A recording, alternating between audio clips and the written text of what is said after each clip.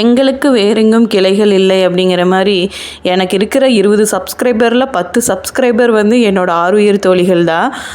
அவங்க என்னோடய வீடியோ பார்த்து முடிச்சுட்டு கமெண்ட் பண்ணுறாங்களோ இல்லையோ கால் பண்ணி கடுப்பேத்துறார் மயிலாடு அப்படிங்கிற மாதிரி தான் இருக்கும். எனக்கு கால் பண்ணிவிட்டு உனக்கு என்னப்பா நீ யோகட் ஷேக் எடுத்து குடிப்ப, கடையிலேயே இருக்கிற இன்ஸ்டண்ட்டாக யோகட் ஷேக் எடுத்து குடிப்பேன், இன்ஸ்டண்ட்டாக மோர் குடிச்சுக்குவேன், நான் மத்தியானம் சாப்பிட்றதில்ல நான் மோர் குடிச்சுக்கிறேன்னு சொன்னேன்.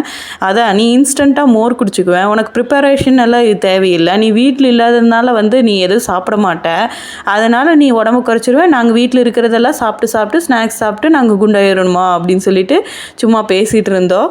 ஸோ அவங்களுக்கு நான் இந்த வீடியோவில் நல்லா தெளிவாக காட்டிடுறேன், எல்லாத்துக்குமே காட்டிடுறேன்.